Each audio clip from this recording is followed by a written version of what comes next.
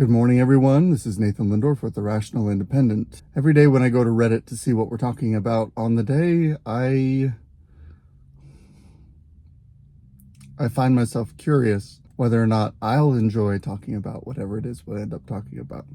Today is not one of those days. From The Independent, headline, a sexual abuse ruling, 26 accusations, yet Trump is still front runner to be the next president. At least 26 women have credibly accused Donald Trump of sexual assault, non-consensual touching, and kissing. So for those of you who haven't been paying attention, there's been a recent civil court ruling on an allegation of rape and sexual assault between E. Jean Carroll and Donald Trump. This was, I believe, 27 years ago, which would put it comfortably in the 90s, that the incident occurred, the alleged incident. I think it's worth reviewing this because character assassination is becoming a consistent tool of the left, sometimes of the right, but more commonly of the left. And it's pretty easy to do.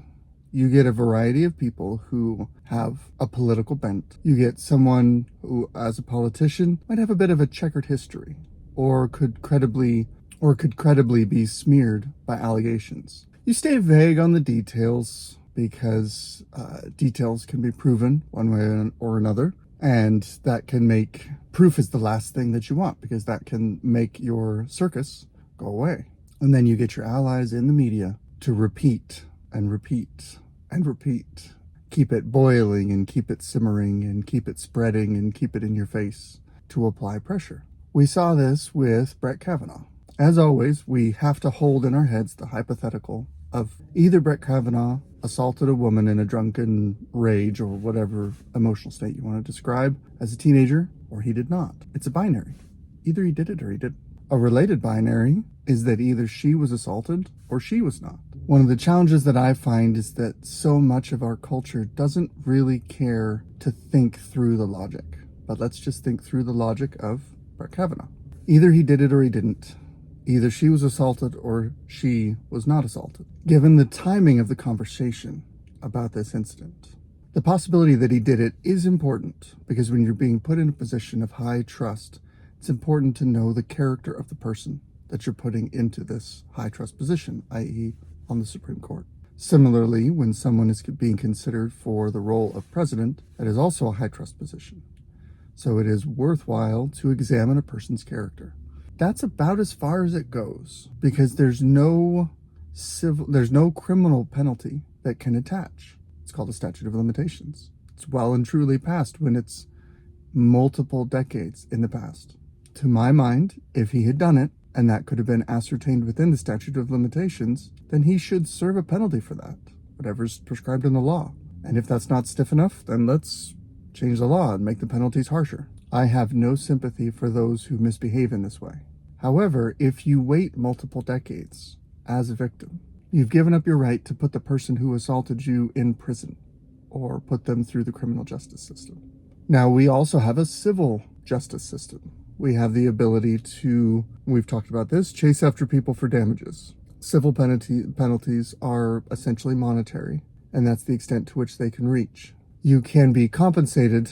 It's an imperfect solution in an imperfect world. So again, sticking with the example of Brett Kavanaugh, it's possible that Christine Blasey Ford could have won a civil judgment against Brett Kavanaugh. Possible, I suppose. I think there's also a statute of limitations there, although I'm not sure. One of the challenges with this particular conversation is that it depends very much on the jurisdiction that you're in and the political biases of the judicial system of the places that you're in. For instance, if you happen to be a conservative who is arrested doing politically conservative things in Washington, D.C., you're pretty much screwed. That's what the J6 situation is showing us. If the same thing happened in northern Idaho or South Texas, do you really think that they would have been handled the same way? I don't see it. With the case of Brett Kavanaugh, maybe there's a civil judgment, maybe there isn't. It depends a lot on where it occurred and who has jurisdiction and all that other stuff. Lots of lawyer wrangling. The funny thing is that the very nature of the accusation against Brett Kavanaugh that made it impossible to pursue in the civil or criminal realm, most likely, made it perfect for a character assassination. You'll notice that Christine Blasey Ford didn't identify a particular date What if she had come out and said, on May 12th of 1982, or whenever it was supposed to have happened, he assaulted me. And then he was able to come forward and say, I was on a trip, I was across the country, I have 10 people who were with me who can vouch for my whereabouts, you're lying. And if he can prove the lie, then the accusation goes away. So instead, it was during the summer of this year, or within these couple of months. She's hazy on the details. And by being hazy on the details, it means, well, we have to discuss this and try and hammer these details down. And that's what a smear campaign wants, is conversation about the salacious gossip, because that conversation does the damage that they're seeking. They're not looking for resolution. They're looking to drag through the mud. And if you're walking around in the mud, you're going to get some on you, even if you're trying to stay clean. I'm not minimizing sexual assault, even a little bit. If anything, you'll find me to be harsher on this topic than almost any other. But we must look at both of the possibilities. Either she was assaulted or she was not. Some people are a little loopy. Some people don't see reality correctly. And so they can talk themselves into remembering things that never happened. I'm not accusing Lazy Ford of this. I'm saying it is a possibility when discussing the conversation of decades-old sexual assaults. I think it's unlikely. I think she was assaulted, based on what I can gather. If she was assaulted, that's a tragedy.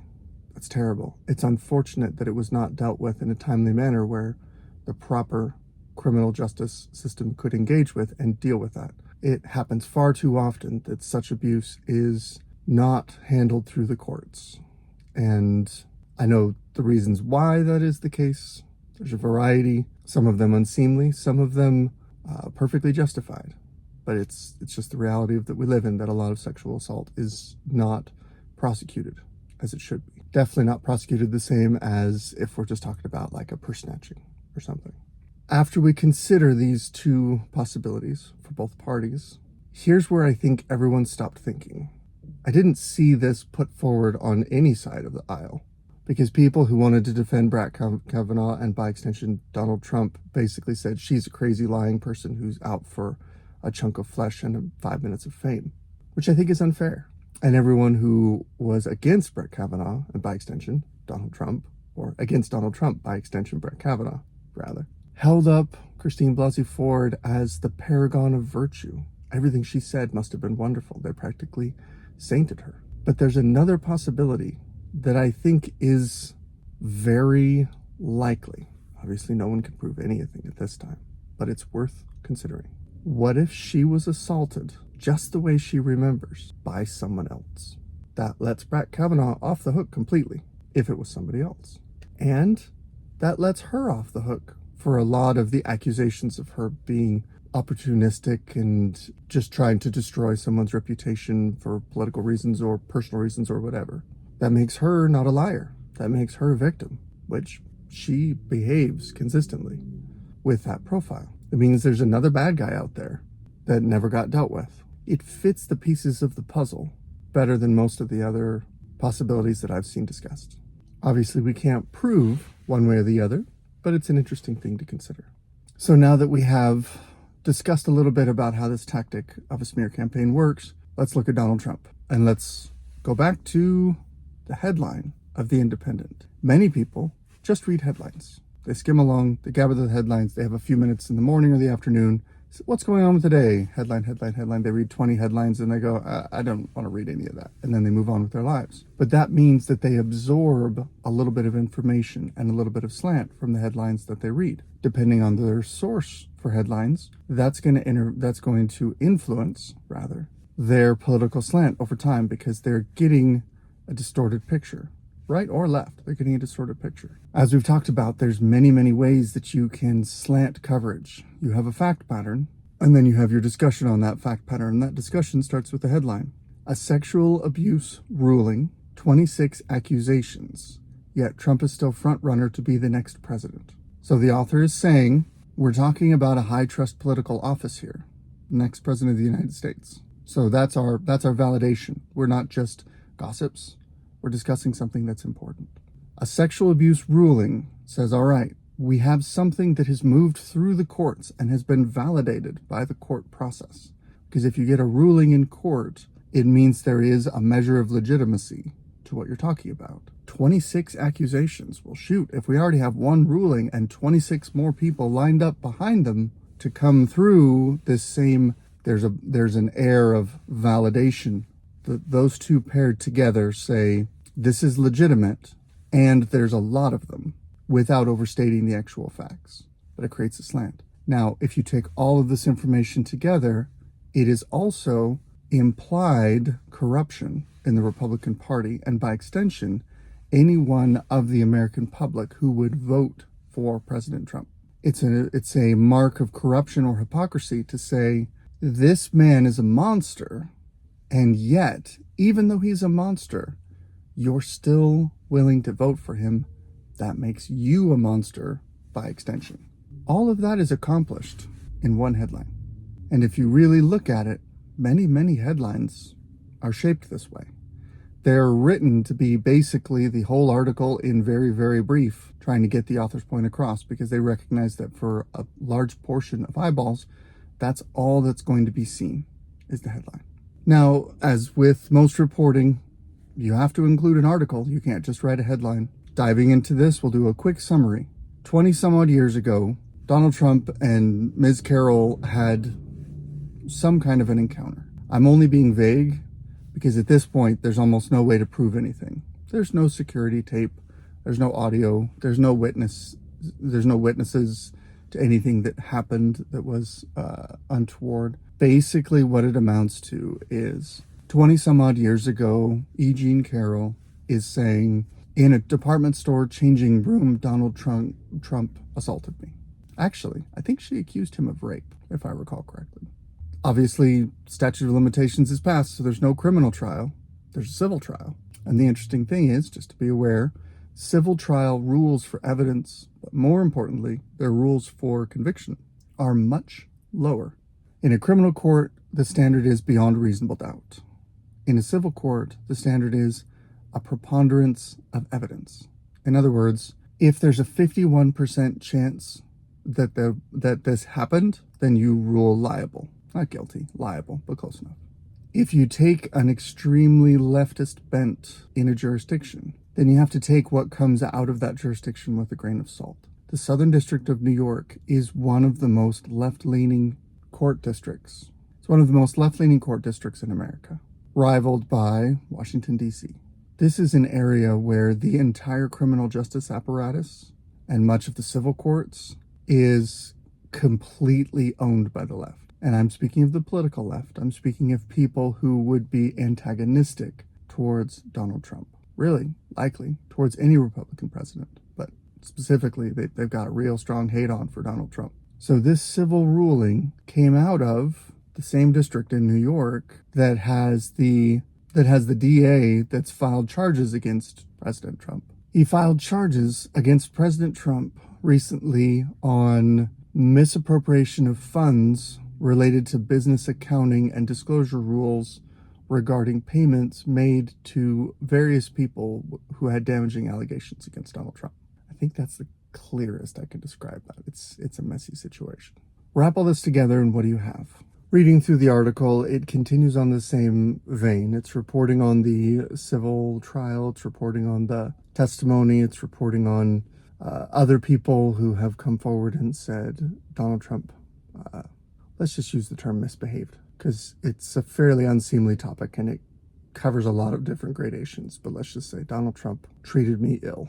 So now time for my 2 cents. My 2 cents is simply this. Is Donald Trump a sexual philanderer? Self-admitted. I mean, he's been divorced 3 times, I think. Or maybe he's on his 3rd wife. I'm not sure. Multiple times. And he's certainly committed infidelity, and he's even bragged about it. I mean, this article brings it up. It's been cause for much conversation, which I am late to the party, and I don't really intend to dive in too much, but there's the tape that talked about Donald Trump using some crude language to describe how women will allow a star to treat them. It's not a world I've ever had a great care to participate in, but is it that unreasonable to think that there are some women who are so motivated by money or fame that they will allow themselves to be mistreated in order to get a slice of that money and fame? I've been walking around a little bit. There's definitely people out there, men and women, who will use their sexual attractiveness to get themselves ahead. Where we get ourselves in trouble is that we can generalize certain things. So Donald Trump makes a true statement that some women will allow famous people to handle them roughly. Again, my kids watch these videos. That's not false. It's definitely inappropriate behavior on both parts, but it's not a lie. It's a little gross. It's a little blunt, but that doesn't make it wrong. That doesn't make it a lie. You can tell the truth and have an ugly, gross conversation. But if it's the truth, then you should have that conversation. But if you take that and you run with it and you smear and you twist it around and you overgeneralize it, you can take that statement that was essentially a broad statement about the character of certain women of ill repute. Sorry for dancing around the particular language. And you can say, this means that Donald Trump does this to whoever he wants to do it to, because he thinks he's a star. And he thinks that that's the appropriate way to deal with all beautiful people he's attracted to. And if that's the case, then he is a monster. It's one of the reasons I didn't vote for him in 2016, because all I had to go on were indications of his character, because he'd never held elected office before, so he didn't have a track record. So let's look at his moral character. Yep, there's a possibility he's a monster. Now, at the time, in 2016, he was running against Hillary Clinton, who is also probably a monster. So the American people were left to decide, which monster do you want to vote for? And Donald Trump won. Now, speaking of overgeneralizing, Donald Trump then took that and said, I must be a brilliant candidate. Everything I say is genius. I must talk more and be brilliant and convince everyone to love me. When more accurately, more sober-minded individuals might say, Donald Trump ekes out a victory against the most hated candidate ever. Donald Trump has very high unfavorability ratings, surpassed really, historically, only by Hillary Clinton. But what that means is that he's got lots of character negatives that the press can use to smear him and beat him up and make him look bad to a variety of people. And he's going to keep saying a bunch of crap that's going to cause them to have more ammunition to go after him, because he says stuff without thinking. He says stuff off the cuff. He says it because he thinks it'll be funny. And sometimes it is funny. So he gets around people who adore him and he says stuff that's hyperbole, that's a joke. But if you take it out of context and turn it serious, then he looks like a monster. And you continue that drumbeat of smearing, aided by Donald Trump's own actions. And you keep his unfavorability ratings really, really high. And these days, it seems like most presidential contests come down to which candidate do you hate the least? And so President Biden did a lot better than he should have in his election, because the question became, who do you hate the least? Here's Donald Trump with all of these things that we've been hammering away for things that you hate. And here's President Biden. Oh, he's hiding in a basement. So let's just not even talk about him. Let's go back to bashing on Trump. And the election cycle was basically President Biden hides in a basement. Donald Trump walks around saying stuff without thinking, or saying stuff to be clever or funny, and everyone beating up on him. And he loses. Now that sets aside some of the questions about the 2020 election, but that's a conversation for another day. This is battle space prep. That's what this article is for the 2024 election. They are people who oppose Donald Trump are preparing to try and defeat him again. And in order to defeat him again, they need to paint a picture where he is a monster, where he is an immoral man who has a monstrous disregard for the lives and the bodily autonomy of everyone around him. And they hope that that will be enough to squeak another victory for President Biden, oldest presidential candidate ever. I really don't like talking about these kinds of articles. I prefer things of more substance, but this is the tack. And the reason why they chose this tack is because it tends to work. Because America at its heart is still filled with immoral people who, if they hear that someone has assaulted a woman, they think ill of the person who did the assault. That's a credit to the moral character of America. We are moral and we are fools. We are easily duped by those who say, oh, they have a big red button, and if I push that button, they're going to vote the way I want them to vote. As an American people, I will say this. You are allowing yourselves to be manipulated. If you look at the input that you get from the media, social or otherwise, with an uncritical eye, and you accept what you are being told as if it is the impartial unvarnished truth. You are allowing yourself to be manipulated, and there's a price that comes with that allowance. We're going to pay that price one way or another. That's one of the reasons why in this channel, I am an independent. I'm not a Republican operative, definitely not a Democrat operative. I'm independent, and what I'm advocating for is for people who hear these videos to pay attention, to think critically, to put a little pressure on the news or the theories that are presented to you and see if those theories hold up against that pressure. The truth will always withstand pressure. So I welcome criticism of these videos. I welcome criticism of my arguments, because if my arguments are flawed, that pressure will cause them to collapse. And I want them to collapse if they cannot hold up to pressure. I want to operate with a set of principles that is firm enough that it can withstand pressure. Otherwise, what's the point? If your principles collapse at the first sign of pressure, you have no principles. And that in itself is a grave issue for you to consider. That's my Reddit rant for today. Good luck out there.